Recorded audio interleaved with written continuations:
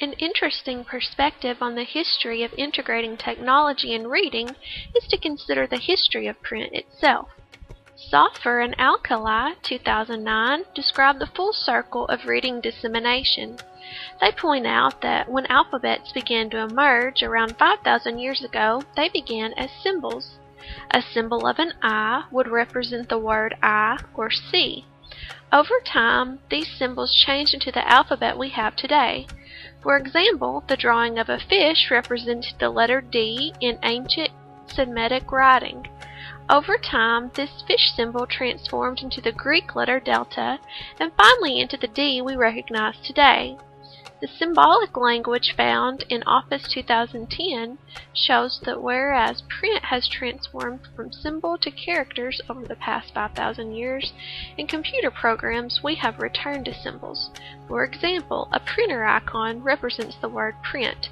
The authors also describe the journey of print from scrolls to books, and now on computers, back to scrolling again. Although the overarching idea in Soffer and Alkali's article is how technology has brought literacy development full circle, it is also beneficial to describe how technology has become an unending road of advancement in reading education. Reading development has changed over time from oral storytelling to widespread print availability with the advent of the printing press. Reading education has transformed from early primers to basal readers to the more technologically advanced forms of reading education implemented in modern times. 20 years ago, in 1992, Strawman and Lincoln called for technology to be more actively used in classrooms. At that time, the authors were considering how technology had changed the world over a 20-year period. The authors were aware that in an environment where children were constantly exposed to technology, it should not be absent in education. At that time, the front-runners of educational technology included VCRs, calculators, and computers. Toward the beginning of the new millennium, computer presence increased in schools.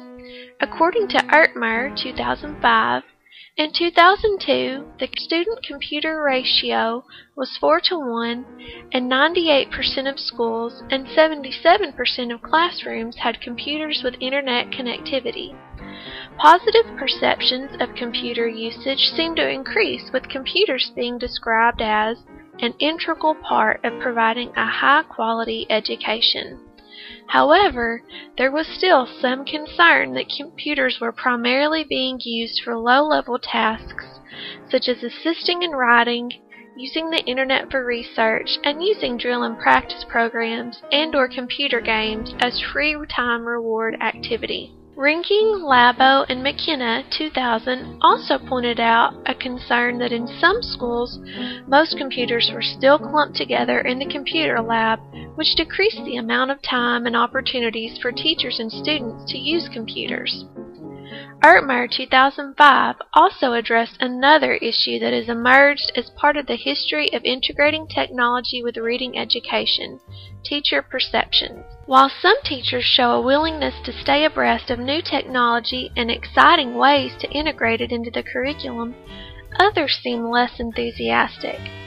Ertmer points out that a lack of training and familiarity with new technology plays a role in the standoffish demeanor of some teachers toward technology. According to Barone and Wright, 2008, 2/3 of teachers feel underprepared to use technology. Ideally, as schools and universities provide more relevant educational technology training opportunities for teachers, technology usage in classrooms will increase. On that note, thankfully, technology has transformed reading in many ways. Technology appears in many forms in the modern classroom.